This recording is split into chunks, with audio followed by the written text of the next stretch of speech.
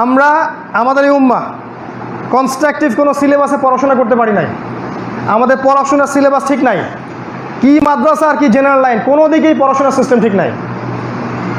আল্লাহ পাক আমাকে ইন্ডিভিজুয়ালি দুই দিকে পড়ার চান্স দিয়েছেন। দুই দিকের অপারগতাটা আমি বলতে পারবো।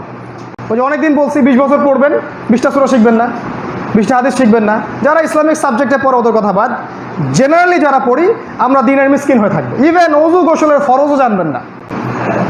কারণ কি? কারণগুলো শোনেন। 1 নম্বর কারণ হচ্ছে প্রথম কারণ হচ্ছে আমরা কোরআন এবং সুন্নাহর সামগ্রিকটা নিতে ব্যর্থ হচ্ছি। আমরা নিচ্ছি কিন্তু আংশিক। কেউ সুফিজম নিচ্ছি, কেউ গণতান্ত্রিক উপায়ে রাষ্ট্র ক্ষমতা দখলের চেষ্টা করছি, কেউ আরও বেশি এগ্রেসিভ, না বোমাবাজি করে একদম সব উড়াই টুড়াই দিয়ে রাষ্ট্র ক্ষমতা দখল করে ফেলাবো। এটা ওভার এগ্রেসিভ অ্যাটিটিউড। এর ফলে ইহুদিদের উপকার হচ্ছে এবং নাসারাদের উপকার হচ্ছে। ওরা আমাদেরকে নিয়ে গেম খেলছে এবং শান্তিপূর্ণ রাষ্ট্রের মধ্যে একটা অরাজক অবস্থা সৃষ্টি হচ্ছে। কেউ আছি আমরা শুধুমাত্র আমাদের দল নিয়ে, আমার দল যা বোঝে তাই, এর বাইরে আর কিছু নাই। কেউ আছে আমাদের নিজ নিজ আমির নিয়ে, আমার আমির যা বোঝে তাই, এর বাইরে কিছু নাই। কেউ আছি শুধুমাত্র জিকির নিয়ে, কলব পরিষ্কার করতে হবে এটাই যথেষ্ট। টোটালিটি, ইসলামের টোটালিটি, যে আমি ইবাদত করব, ইসলামিক ফাইন্যান্স মানব, ইসলামিক ইকোনমি এস্টাবলিশ করব, আল্লাহর পথে দাওয়াত দিব, প্রয়োজনে জিহাদ করব, প্রয়োজন হলে জিহাদও করব, ওটাও কি বাদ নাকি? শব্দটাকে এতটা বিতর্কিত করে ফেলা হয়েছে যে শব্দটা সাহাবায়ে কেরামের কাছে ছিল স্বপ্নের মতো। যদি আল্লাহ সেই সুযোগ দেন আমরা যাব এবং শাহাদাত বরণ করব। এই কথাটা হয়ে গেছে এখন এতটাই ভীতিপূর্ণ যে একটা মুসলিম কোরআনের আয়াতগুলোকেও এখন ব্যান করার চেষ্টা করতেছে। 26টা আয়াত আছে, সবগুলোকে ব্যান করে দাও। গো অ্যাহেড, চেষ্টা করে দেখেন পারেন নাকি। 26টা আয়াত আছে, এগুলোকে ব্যান করে দিতে যাচ্ছে মানুষ। আমরা বলি গো অ্যাহেড, যান দেখেন পারেন নাকি। আল্লাহ পাক এমন গজব দিবেন, দেখবেন যে এক রাতের মধ্যে আদ সামুদ জাতির মতো এক রাষ্ট্র ধ্বংস হয়ে গেছে। আল্লাহ পারেন না? এক রাতের মধ্যে আদ এবং সামুদের মতো দেখবেন এক রাষ্ট্র ধ্বংস হয়ে গেছে। এই দুঃসাহস করতে যাবেন না। এমন কাউকে বন্ধুরূপে গ্রহণ করতে যাবেন না যে আল্লাহর শত্রু। আল্লাহ পাকের ধরা খুব কঠিন। হয়তো কেউ কিছু বলতে পারবে না, কারণ সবাই মাজলুম, সবাই শক্তিহীন। আল্লাহ যদি একবার ধরেন, 1 সেকেন্ডের জন্য ধরেন, আপনাকে আমাকে বাঁচানোর কেউ থাকবে না। এটা নাসিহা। Don't take my words otherwise. এটাকে অন্যভাবে নেবেন না, এটা একটা নাসিহা। আমরা এইগুলো নিয়ে ব্যস্ত ছিলাম বেশি, টোটালিটি আসে না ইসলামের। আল্লাহ পাক বলেছেন, একটা আয়াত শোনেন, সূরাতুল বাকারার মধ্যে আছে 85 এবং 86। আল্লাহ পাক বলেছেন যে আফাতুমিনুনা বিবাদিল কিতাব ওয়া তাকফুরুনা বিবাদ। হে মুসলিমরা, তোমরা কি কিতাবের কিছু অংশকে মানো আর কিছু অংশকে মানো না? ইসলামের আংশিক মানো না। এরকম অবস্থা যদি হয় তাহলে আল্লাহ পাক বলছেন ফামা ইয়াফআলু যালিক আফাতুমিনুনা বিবাদিল কিতাব ওয়া তাকফুরুনা বিবাদ ফামা জাযাউ মান ইয়াফআলু যালিক ইল্লা খিজয়ুন ফিল হায়াতিদ দুনিয়া। যারা এরকম আচরণ করবে, কিতাবের কিছু অংশ মানবে, কিছু অংশ মানবে না, আল্লাহ পাক বলছেন এই দুনিয়াতেই আমি আল্লাহ তাদেরকে লাঞ্ছিত করে দিই। পরকাল বাদ, এই দুনিয়াতেই আমি আল্লাহ তাদেরকে লাঞ্ছিত করে দিব। আমরা এই মুসলিম উম্মাহ, আমরা ইসলামের কোরআনের এবং সুন্নাহর কিছু অংশ নিয়েছি, কিছু অংশ নেই নাই। এটাই সত্য, এটা মানতে হবে আপনাকে। আকীদাগতভাবে হয়তো নিয়েছি, কিন্তু আমলগত নাই। কোরআন সুন্নাহর সামগ্রিক আমল, দাওয়াত, প্রতিষ্ঠার সংগ্রাম আমাদের মধ্যে নাই, সামগ্রিকটা নাই। এই জন্য আল্লাহ পাক আমাদেরকে লাঞ্ছিত করছেন। আগে নিজের দোষগুলো ধরা শিখি আমরা। এটা সবার ক্ষেত্রে, কি আমি আর কি আপনি, কি আলেম আর কি জালেম, সবার ক্ষেত্রে সেম অবস্থা। আল্লাহ পাক এই জন্য আমাদেরকে লাঞ্ছিত করছেন। এটা নাম্বার 1 পয়েন্ট। তাহলে সমাধানটা কি? কোরআন এবং সুন্নাহর সামগ্রিকটা আমাকে আমল করতে হবে, বা আমল করার আকীদা রেখে পথ চলতে হবে। যতটুকু পারি করব, যা পারি নাই আল্লাহর কাছে ইস্তেগফার করব। আল্লাহ চেষ্টা করেছি, পারি নাই, মাফ করে দাও। 1 নাম্বার। 2 নাম্বার, আমরা আমাদের এই উম্মাহ কনস্ট্রাকটিভ কোনো সিলেবাসে পড়াশোনা করতে পারি নাই। আমাদের পড়াশোনার সিলেবাস ঠিক নাই। কি মাদ্রাসা আর কি জেনারেল লাইন, কোনো দিকেই পড়াশোনার সিস্টেম ঠিক নাই। আল্লাহ পাক আমাকে ইন্ডিভিজুয়ালি দুই দিকে পড়ার চান্স দিয়েছেন। দুই দিকের অপারগতাটা আমি বলতে পারবো। আপনি মাদ্রাসায় পড়েন, সেখানে আপনি হিস্ট্রি পাবেন না, ইকোনমিক্স পাবেন না, ওয়ার্ল্ড অ্যাফেয়ার্স পাবেন না, জিওপলিটিক্স পাবেন না, কিছুই পাবেন না। ইভেন একজন ইমাম খতিব মিম্বরে দাঁড়িয়ে 5টা মিনিট ইংরেজি দিয়ে বক্তব্য দিতে পারে না। তো কীভাবে আপনি ওয়ার্ল্ডকে ডিল করবেন? এই ওয়ার্ল্ড তো এগিয়ে যাচ্ছে।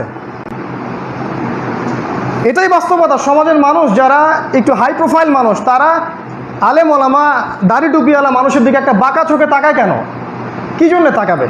বরং আমাদের সবচেয়ে স্মার্ট পিপল হওয়ার কথা ছিল। আমাদের উচিত ছিল সবচেয়ে স্মার্ট পিপল হওয়া, কারণ কোরআন সুন্নাহ আমাদের হাতে আছে, ওদের কাছে তো কোরআন নাই। তা আমরাই দেখা যায় জবুথবু হয়ে থাকি, হীনমন্যতায় ভুগি, পরাজিত মানসিকতার মতো হয়ে থাকি। কেন এমন হবে? কারণ আপনার এই যে এডুকেশনাল ব্যাকগ্রাউন্ডে প্রবলেম আছে। আপনি কোরআন সুন্নাহ শিখছেন ঠিক আছে, বাট এই জায়গায় প্রবলেম আছে। এই জায়গায় সংস্কার দরকার ছিল। স্বাধীনতার পর থেকে আমরা এটা করতে পারি না। কিন্তু বিশ্বাস করেন, আমাদের বাপ দাদা যারা এই সাবকন্টিনেন্টে ইংরেজদের বিরুদ্ধে যুদ্ধ করেছে, নিঃসন্দেহে ওদেরকে আপনি জঙ্গি বলবেন না, বলবেন নাকি? যারা আমাদের বাপ দাদারা ইংরেজদের বিরুদ্ধে যুদ্ধ করেছিল, ওরা কি সন্ত্রাসী ছিল? ওই বাপ দাদারা কিন্তু এরকম সিলেবাসে পড়াশোনা করেন নাই। তারা পুরো কনস্ট্রাকটিভ সিলেবাসে পড়াশোনা করতেন। আপনি সাহাবায়ে কেরামের জীবনী দেখেন, খুব তো সালাফি কথাটা বলি আমরা, সালাফদের জীবনী দেখেন, তাবেঈনদের জীবনী দেখেন, প্রত্যেকেই প্রতিটা সাবজেক্টেই দক্ষ ছিলেন। এই সায়েন্সের ভিত্তি আমরা দিয়েছি, এই ফিলোসফির ভিত্তি আমরাই দিয়েছি, মেডিকেল সায়েন্সের ভিত্তি কারা দিয়েছে? আমরা দিচ্ছি।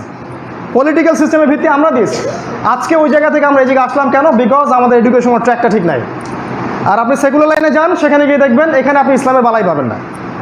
ওই যে অনেকদিন বলছি 20 বছর পড়বেন, 20টা সূরা শিখবেন না, 20টা হাদিস শিখবেন না। যারা ইসলামিক সাবজেক্টে পড়ে ওদের কথা বাদ, জেনারেলি যারা পড়ি আমরা দিনের মিসকিন হয়ে থাকবে। ইভেন ওযু গোসলের ফরজও জানবেন না। এই হচ্ছে বাস্তবতা। 2 নম্বর সমস্যা তাহলে কি? আমরা এডুকেশনাল সিস্টেম ঠিক করতে পারি না। সলিউশন, সিস্টেম অনতিবিলম্বে ঠিক করতে হবে। যা হয়ে গেছে হয়ে গেছে। আমাদের এই যে বাচ্চারা যারা বেড়ে উঠতেছে, অ্যাটলিস্ট এদের দিকে তাকিয়ে এমন মাদ্রাসা, এমন মসজিদ, এমন স্কুল মক্তব তৈরি করতে হবে যেখানে কনস্ট্রাকটিভ সিলেবাসে পড়াশোনা হবে। আমার সন্তান সব কিছুই শিখবে, কোরআন সুন্নাহ, ইংরেজি, অঙ্ক সব কিছু শিখবে। এগুলো সেকুলার সাবজেক্ট নয়। এই বিশ্বকে ডিল করার জন্য এগুলোর দরকার আছে। আমাকে প্রযুক্তির জন্য চায়নার দিকে তাকিয়ে থাকতে হয় কেন? আমাকে অস্ত্রের জন্য ওই আমেরিকার দিকে তাকিয়ে থাকতে হয় কেন? আমরা এগুলো তৈরি করব, ওরা আমাদের কাছ থেকে নেবে। আর আমরা আজকে হয়ে গেছি নতজানু পররাষ্ট্রনীতি। কী জন্যে? বিকজ আমরা এই জায়গায় কাজ করতে পারি নাই। কথাগুলো দরদের সাথেই বলছি। আমরা যেটা পাই নাই, আমাদের সন্তানরা যেন সেটা পায়, এটা আমাদের আহ্বান, একটা অনুরোধ। অন্যথায় দেখবেন আগামী 15-20 বছরের মধ্যে আমাদের সন্তানরা আরও বেশি অথর্ব হয়ে উঠবে। আমাদের সময় স্মার্টফোন ছিল না, এই ডিভাইসগুলো ছিল না, এই কার্টুন ছিল না, এইসব বোগাস টেকনোলজি ছিল না। এগুলো দিয়ে আমাদের সন্তানদের মাথাটা একেবারে ম্যাসাকার করে ফেলা হয়েছে। আপনার সন্তান আনসোশ্যাল, দেখেন সমাজে মিশতে পারে না, সারাদিন দেখবেন একটা ডিভাইস কেন্দ্রিক একটা ওই যে এডিকশন হয়ে গেছে। খেয়াল করে দেখবেন, ও আর দৌড়ায় না, ও আর খেলে না, বৃষ্টিতে ভেজে না, কাদায় লাফালাফি করে না। ডিফারেন্ট, সামথিং ইজ রং, দেখবেন খেয়াল করে। তো এই প্রজন্ম আরও ধ্বংসের দিকে যাবে যদি আমরা এই জায়গায় এডুকেশন প্যাটার্ন ঠিক করতে না পারি। 3 নম্বর সমস্যাটা কি? 3 নম্বর সমস্যা আমার দৃষ্টিতে ঐক্যের অভাব। যারা মুসলিমরা আমরা আছি, আমাদের মধ্যে কোনো রকমের ঐক্য আমরা দেখছি না। কেন জানি আমরা জাজমেন্টাল, মানে আমরা যতক্ষণ পর্যন্ত একজন মানুষ আমার মতো করে না বুঝতেছে, ততক্ষণ সে আমার আর ভাই না। আর একটা মানুষের মধ্যে একটা দোষ ত্রুটি পাইলেই যথেষ্ট তার সঙ্গ ত্যাগ করার জন্য। রাসূলুল্লাহ সাল্লাল্লাহু আলাইহি ওয়াসাল্লামের সাহাবীদের মধ্যে কত বিষয় যে ইখতিলাফ ছিল, এটা নিয়ে মনে হয় হাজার হাজার বই লেখা হয়েছে। কোনো সাহাবী সঙ্গ ত্যাগ করেননি, কাউকে বলেননি সে আমার উম্মার মধ্যে নয়, সে বাতিল, আমি হক। তাবেঈনরাও বলেননি, তারপরের জেনারেশনরা বলেনি। এক ইমাম আরেক ইমামের পা ধুয়ে দিয়েছেন। কিসের সুন্নাহ, কিসের সালাফি আমাদের মধ্যে? এইটাই কি সালাফিজম? যে আমরা মানহাজের নামে এবং আকীদার নামে নিজেরাই হাজারটা দলে বিভক্ত হয়ে যাব? এটাই কি সালাফিজম? আর যারা আমাদের সমাজের মাযহাবী ভাইরা আছে, এরা সবাই জাহান্নামে যাবে? ব্যাপারটা কি এরকম? ওদেরকে ছাড়া আমি কিভাবে দিন প্রতিষ্ঠা করব? শেষ জামানায় তো মুসলিমদের সাথে রোমকদেরও সন্ধি হবে, হাদিস এসেছে। শেষ জামানায় মুসলিমদের সাথে রোমক সেনাবাহিনীর সন্ধি হবে। ওই জিনিসটা যদি ঈসা আলাইহিস সালাম করতে পারেন, ইমাম মাহদী করতে পারেন, আপনার আমার ভাইদেরকে গলায় লাগাতে সমস্যা কোথায়?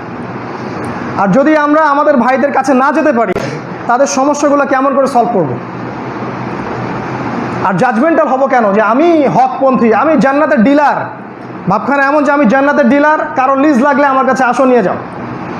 কে আপনাকে গ্যারান্টি দিল যে আপনি জান্নাতে যাবেন? যেদিন আপনি আল্লাহর সামনে দাঁড়াবেন, সেদিন বুঝতে পারবেন যে জান্নাত কাকে বলে আর জাহান্নাম কাকে বলে।